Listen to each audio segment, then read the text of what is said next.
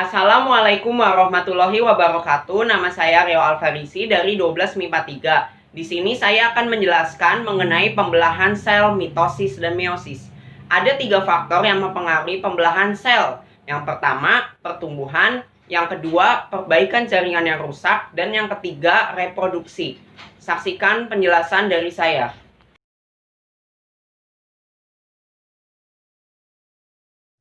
Pada kali ini saya akan menerangkan mengenai interfase. Nah, jadi pada tahap interfase ini nih terdapat 3 tahap. Yang pertama ada G1, S, dan G2. Pada tahap G1 terjadi pertumbuhan sel. Jadi pada saat itu terjadi berbagai macam proses sintesis protein untuk menyiapkan bahan pada tahap selanjutnya. Kemudian pada tahap sintesis. Nah, pada tahap sintesis ini terjadi replikasi DNA. Selanjutnya yang terakhir adalah G2. G2 ini organel-organel mulai terbentuk dan sudah menyiapkan untuk pembelahan. Nah, pada fase interfase ini nih, ini namanya benang-benang kromatin. Nih, nanti pada fase pembelahan sel akan berubah menjadi kromosom. Nih, lalu yang bulat seperti bola ini namanya nukleolus. Gunanya untuk membentukkan subunit ribosom. Nah, ini terdapat 2 sentrosom. Yang satu sentrosomnya terdiri dari 2 sentriol yang nantinya akan membentuk benang spindle pada saat proses mitosis. Nah, yang oranye ini namanya adalah membran inti atau salut inti yang merupakan fragmen-fragmen yang menyatu. Sekarang kita lanjutkan ke profase. Nah, profase ini sudah memasuki tahap pembelahan sel secara mitosis. Jadi ada 4. Yang pertama ada profase, metafase, anafase, dan telofase. Di tahap profase ini nukleolus yang tadinya bulat seperti bola dan membran inti mulai terlihat tidak jelas. Kan sebelumnya jelas tuh, apalagi nukleolusnya seperti bola ya. Sekarang sudah mulai menghilang. Nah, si benang-benang kromatinnya ini mulai menebal dan akhirnya membentuk kromosom. Kemudian sentromernya ini mulai bergerak menuju ke kutub yang berlawanan nih. Jadi ada yang di bawah, ada yang di atas, kemudian mulai membentuk benang-benang spindle nih, udah terbentuk. Benang-benang spindlenya udah terbentuk nih. Nah, ini pada tahap profase. Jadi kalau misalnya ditanya di soal, yang manakah yang tahap profase? Cari aja yang gambarnya itu acak-acakan. Nih kayak gini acak-acakan, cari aja. Berarti itu merupakan profase. Next. Selanjutnya metafase. Nah, di tahap metafase ini si pasangan kromatidnya sudah mulai ke tengah nih, udah berada di tengah-tengah nih, yang si sentromernya diikat oleh benang spindle nih. Jadi udah diikat sama si benang spindle nih. Nih, jadi berada di tengah-tengah nih atau garis bidang ekuator yang membentuk lempengan metafase.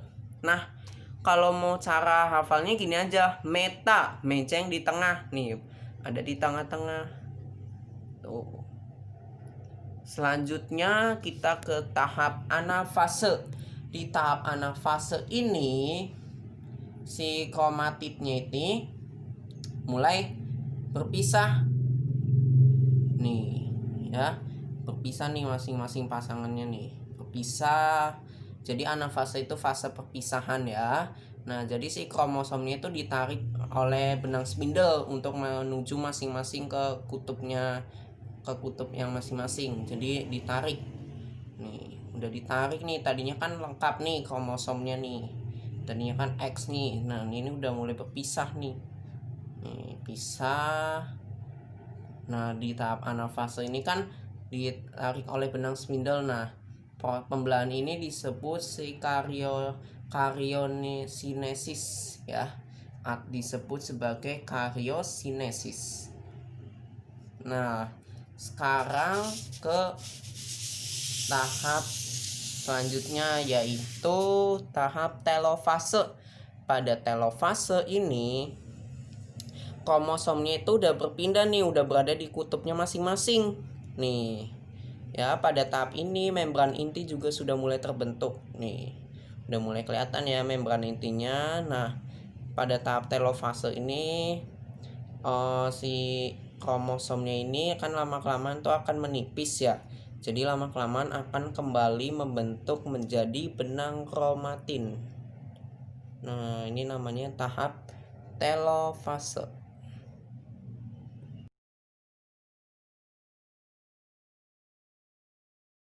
Pada kali ini saya akan menjelaskan mengenai tahapan meiosis 1. Pertama-tama terjadi tahapan profase 1. Tahapan profase 1 pada meiosis ini terjadi 5 fase, yaitu lesi padidi yang singkatannya adalah litoten, zigoten, pakiten, diploten, dan diakinesis. Pada tahap litoten, kromatin yang tadinya berupa benang-benang yang bentuknya acak-acakan mulai berubah menjadi kromosom nih. Karena menebal, tadinya kan pas di interfase itu kan acak-acakan nih, jadi udah mulai membentuk kromosom nih ya, benang-benang kromatinnya. Setelah itu dilanjutkan dengan fase zikoten. Nah, pada fase zikoten kromosom-kromosomnya ini nih mulai saling berpasangan secara homolog nih, udah mulai berpasangan nih secara homolog kromosomnya. Kemudian dilanjutkan dengan fase pakiten. Pada fase pakiten terjadi duplikasi kromosom. Selanjutnya adalah fase diploten. Fase diploten ini terjadi pindah silang. Dan fase diakinesis. Pada fase diakinesis ini membran inti mulai menghilang nih. Ini membran intinya nih yang memutar yang warna pink ini mulai menghilang. Selanjutnya kita ke fase metafase 1. Pada metafase 1 ini kromosom homolog berada di tengah-tengah garis bidang ekuator nih. Sama aja nih, metafase mejeng di tengah nih. Jadi ini berada di tengah-tengah, kromosom homolognya tersusun secara rapi dan ditempel oleh benang-benang spindle nih, yang oranye benang spindle. Kemudian lanjut ke anafase 1. Pada anafase 1 ini sama nih kayak yang mitosis nih, berpisah. Si kromosom homolognya itu bergerak menuju kutub yang berlawanan akibat tarikan dari benang-benang spindle ini nih. Ini berpisah nih, ibaratnya fase perpisahan lah. Nih, mulai berpisah. Nah, fase nih kromosom homolognya berpisah dan akan menuju ke kutubnya yang berlawanan nih, ada yang ke atas, ada yang ke bawah. Kemudian dilanjutkan dengan telofase 1. Pada tahap telofase 1 ini membran inti mulai terbentuk kembali nih. Yang pink-pink ini nih namanya membran inti nih, mulai terbentuk kembali. Kemudian mulai terbentuk kembali dan disebut dengan sitokinesis. Nah, sitokinesis ini merupakan kondisi ketika sitoplasma dari suatu eukariotik membelah menjadi 2 sel anak nih, menjadi 2 sel anak. Nah, ini kromosomnya juga udah masing-masing berada di kutubnya nih, atas, bawah. Nah, pada telofase 1 ini selnya membelah menjadi 2 yang disebut dengan kromosom haploid atau N. Nah,